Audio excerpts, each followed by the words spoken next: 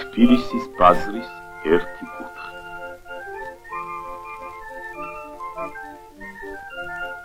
ქეითობენ არისტოკრატები.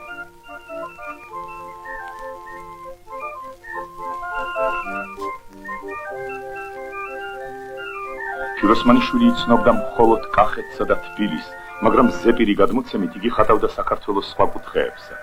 ბათუმი, მიხქრის მატარებელი.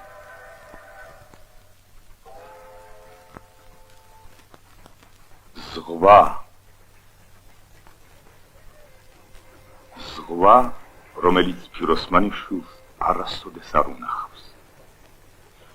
ფიროსმანიშვილი ხან რკინიგზაზე მუშაობდა, ხან რძით ვაჭრობდა, მაგრამ მის ერთადერთ გადაცებად მუდამ მხატვრობა რჩებოდა.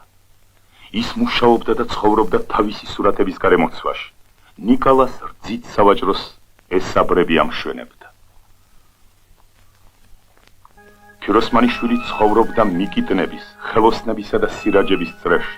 მან თავისი ამხანაგების სურათები დაგვიტოვა. კინტოს ქეიფი მიარღნებ დათიკოს ზემელთან.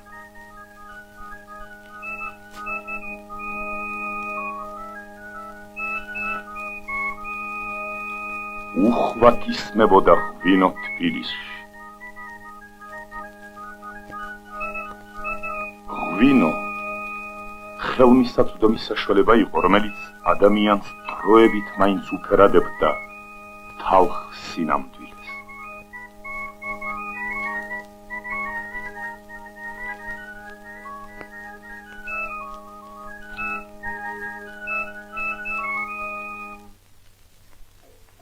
მალაკნების ქეიფი შესრულებული შავ მუშამბას. ხატვარი ინსტინქტურად ეძებს და აგნებს ფერთა განუმეორებელ ჰარმონიას. ხშირად იგი მუშამბას ფერად ამუშავებს და საღებავების ასეთი ეკონომიით სურათის ფერწერულზე მოქმედებას კიდევ უფრო აძლიერებს.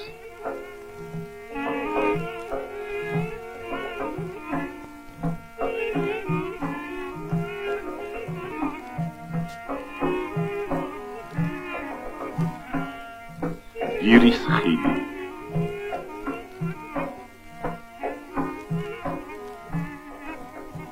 როგორც სიზმარში ერთმანეთში ირევა ცეკვა. თამაში. ქეიფი. ქეიფი დღე